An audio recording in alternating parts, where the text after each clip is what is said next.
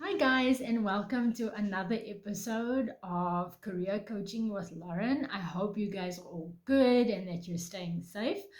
Today, we are continuing our little series on CVs, and I'm going to be talking about the applicant tracking system and wording in your CV, as well as how you put in references in your CV.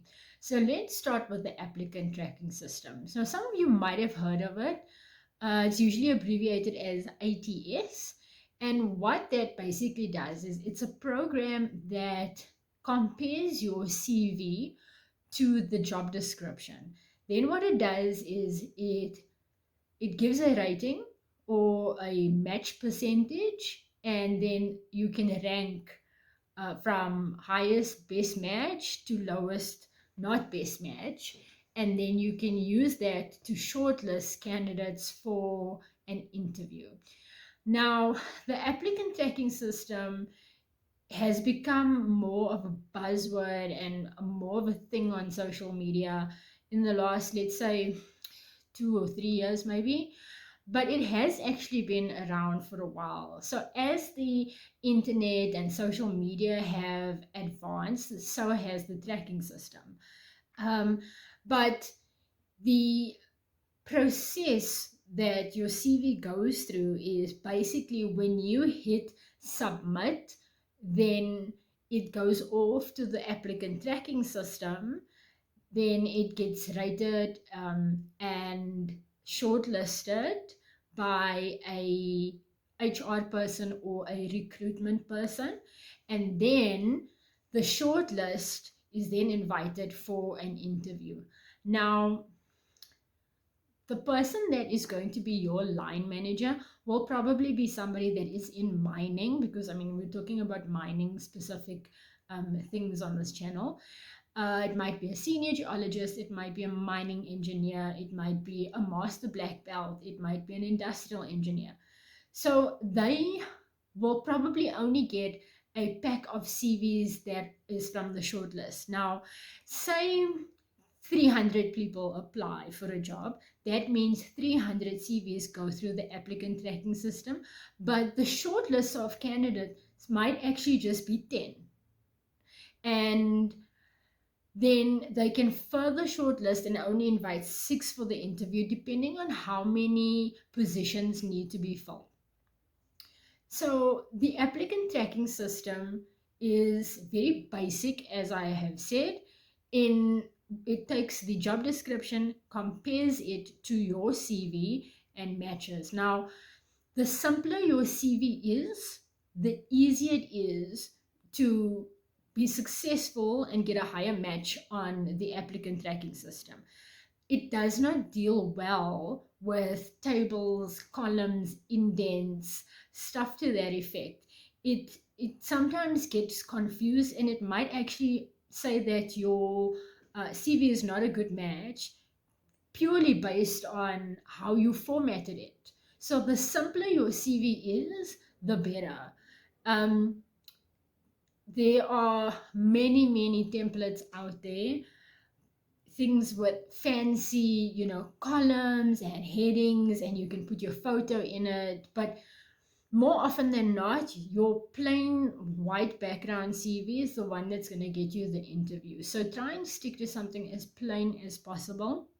HR and recruitment people are busy. They have things to attend to. They have overtime meetings and labor issues, and there might be a strike looming, and. So they physically just don't have the time to go through 300 CVs and check, okay, is this one a match? Is this one a match? Is this one a match? Is this one a match? So the machine does it for them, and then they can rank it by 5 stars going down to 1 star, or 100% match going down to 0% match. Uh, you have actually been exposed to an applicant tracking system, but you just don't know it. If you are on LinkedIn, that is an applicant tracking system right there. Sometimes you will see under the jobs tab, a job will be suggested for you, and it says your profile matches this job. Now, how do they know? because it's an applicant tracking system. They compared your profile to what the job description says and then suggested it to you. Sometimes you will be a good match, but then you think, ah, but I don't have any experience in like procurement, yet you're a good match. So the applicant tracking system is not very smart. It is a machine that is programmed to look for certain words, and then HR takes it from there. So just remember that. Um, Not all companies have applicant tracking systems, but you will not get past HR or recruitment as a first step. So either they're going to be the very first thing in the process or the second thing.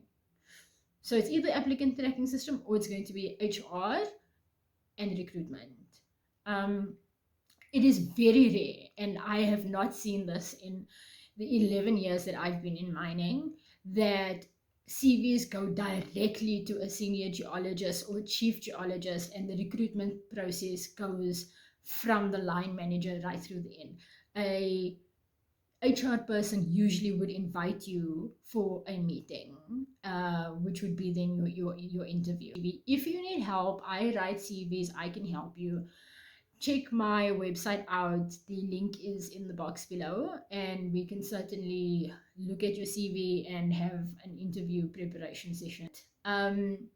The next thing I want to talk about is the wording of your CV. And I've seen this many times when a job advert asks for computer skills, people would put in advanced computer literacy or advanced computer skills, advanced Excel, advanced Word. Now, advanced might not be the same for you than it is for me. Now, if you enroll in an Excel course, right, there's a set, uh, let's say, amount of modules if you do the easy beginner Excel course, and then there's a set amount of modules that you do in intermediate and a set amount that you do in advanced. Now, if you are not familiar with what it is that happens in advanced, then you need to you need to become familiar with it real quick, because sometimes you get to an interview and you said advanced, the person that's interviewing you wants to understand how advanced. Let's talk about these advanced skills. Or, and this has happened in an interview before, there's a small test at the end to see, can you actually work Excel? And I've seen this at different companies. So it wasn't even company specific, where there was a little test at the end of an interview. And people might have a really good interview, and then you sort of fall out of the bus when it comes to the practicality of the thing. So yes, that's what I have to say on wording. So be careful when you use words like tremendous or advanced, even intermediate. You need to understand what measurably is intermediate and what is advanced. You might be caught out, and that's not what you want.